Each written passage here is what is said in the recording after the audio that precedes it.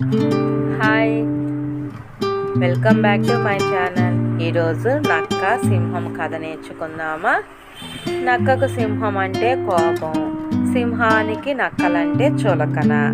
అయినా నక్కలు తమ జాతి వృద్ధి చెందిందని, సింహాల జాతి వృద్ధి చెందలేదని నక్కలు చాలా చులకనగా చూస్తూ ఉండేవి. అయినా సరిగ్గా ఇలానే వెక్కిరించిన నక్కకు సింహం దాని పద్ధతిలో బుద్ధి చెప్పాలనుకుంది. ఒకరోజు నక్క సింహం గృహ వైపు వెళ్ళింది.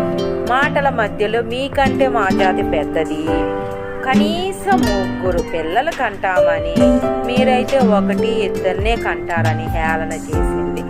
సింహానికి కోపం రాలేదు, కానీ నక్కకు దాని మార్గంలోనే బుద్ధి చెప్పాలనుకొని నవ్వుతూ అన్నది, నిజమే, మీరు 4-5 పిల్లల్ని కంటారు, మేము కేవలం 1-2 మాత్రమే కంటాం అంది నక్క.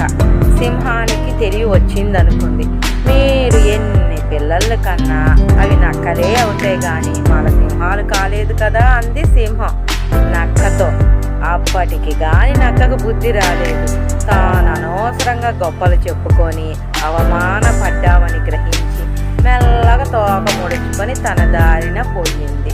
చూసావా, గుంట నక్క ఎన్ని చేసినా సింహమే, నక్క నక్కే కదా. ఇలాంటి చిన్న కథలను చాలా చక్కగా మన ఛానల్లో ఉంటే అందరూ చూడండి, సబ్స్క్రైబ్ చేయండి.